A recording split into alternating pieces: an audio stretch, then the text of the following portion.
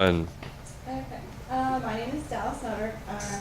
I did my capstone on the monitored visitation and exchange programs in West Virginia. Um, First, I would like to introduce to you my client. Her name is Emily Larkins, and she is the executive director at the Family Crisis Intervention Center, which is a domestic violence center here in Parkersburg. With her being the executive director over there, she oversees not only that facility and all the counties that it covers, but she also oversees the family or the Kids First program, which those facilities are located in Wood County, Jackson County, Ritchie, and York County.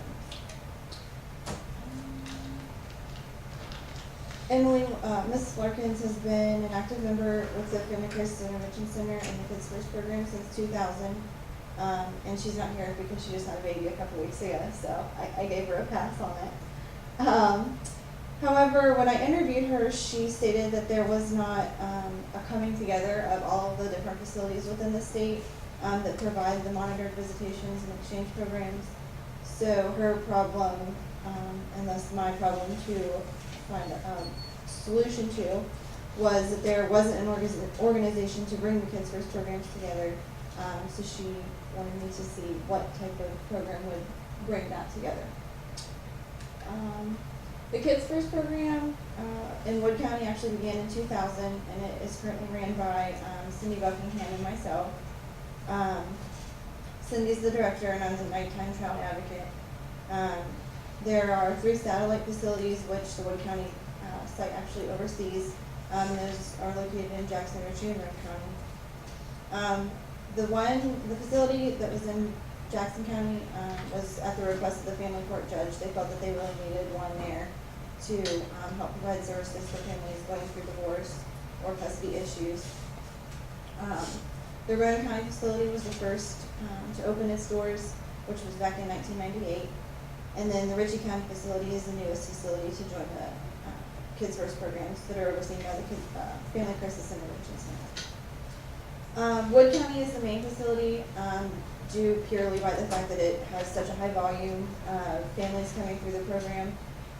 Currently, we are helping families between visitations and exchanges of about 60 families, where all of the other 3 combined do less than half of that. This is a quote that Emily provided me during the interview. The Kids First program is a program that allows children to access both of their parents, and it also provides a safe environment for a visit or exchange to take place.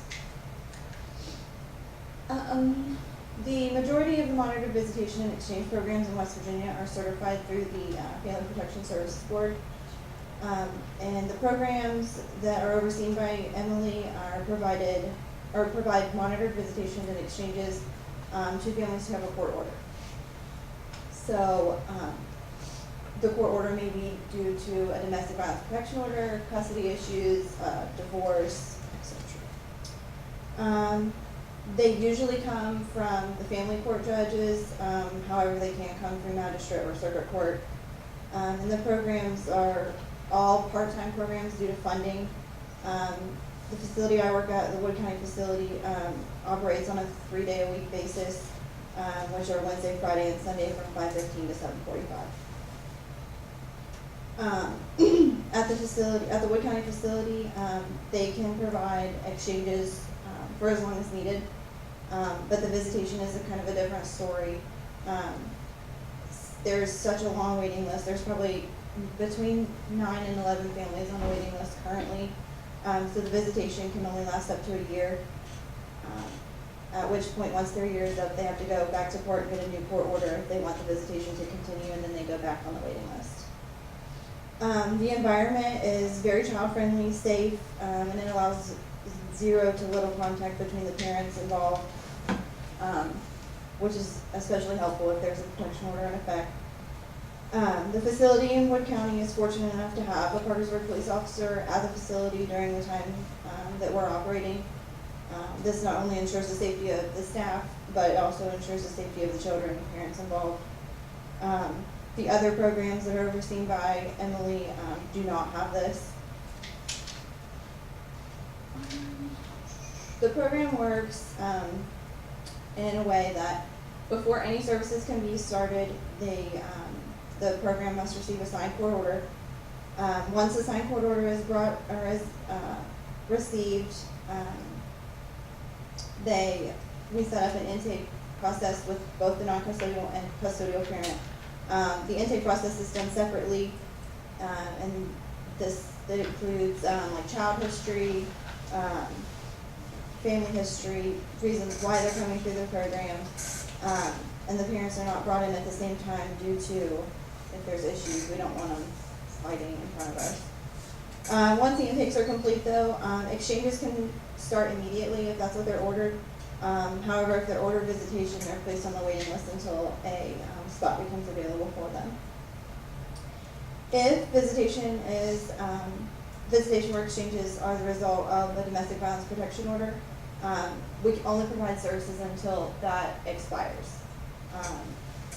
Once it expires, we complete their time with the program, and then if they need services provided further, they either have to extend the protection order or they have to go to the court and get a new signed court order. The process is pretty simple. There's a 15-minute window from when the child arrives to when they leave. Usually, like for example, the custodial parent will bring in the child at 5:15 and then sign them in and then leave. And then once the child's there, we do crafts, we color, we play games.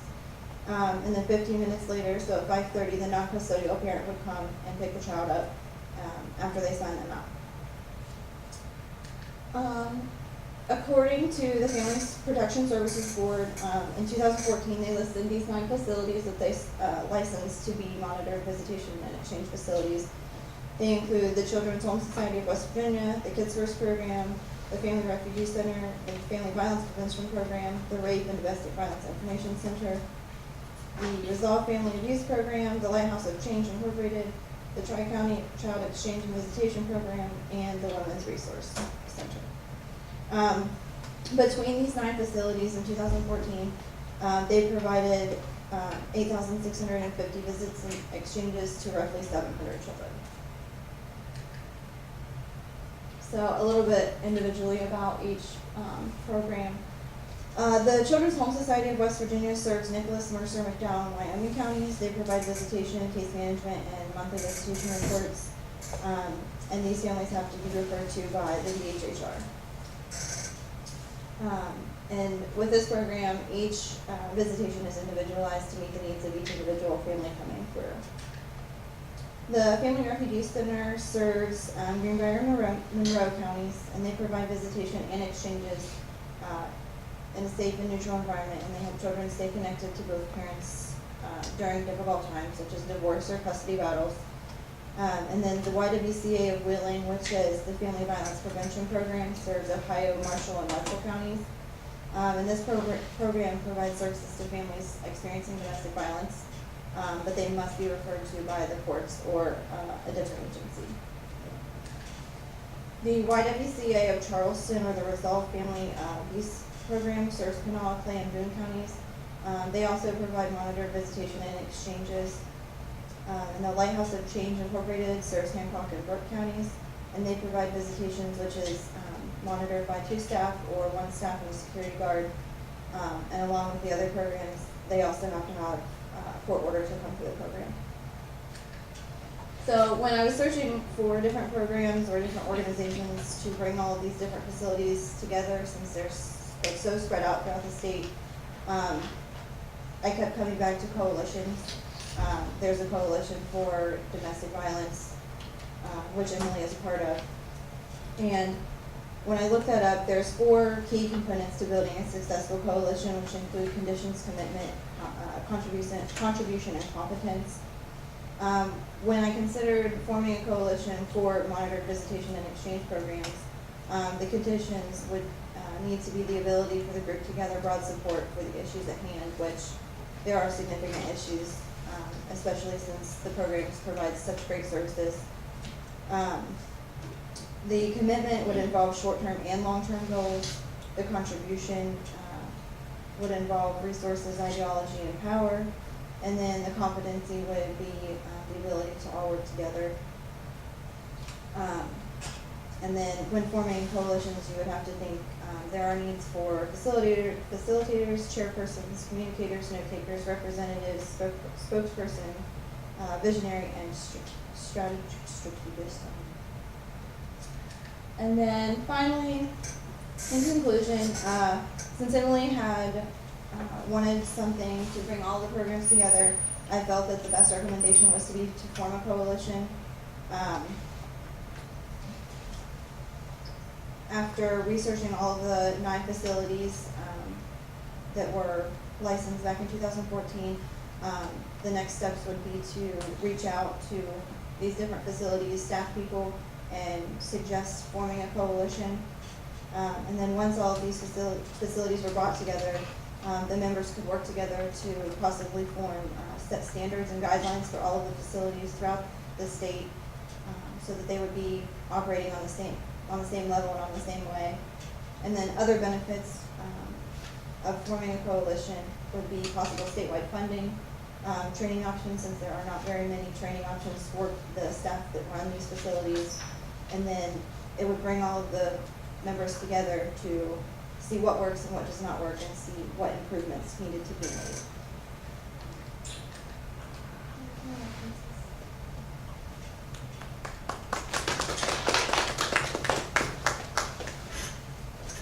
Andrew, what do you want?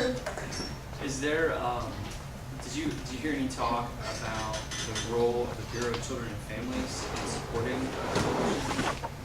Or? No. Okay. Because that may be one avenue Okay. of support for that.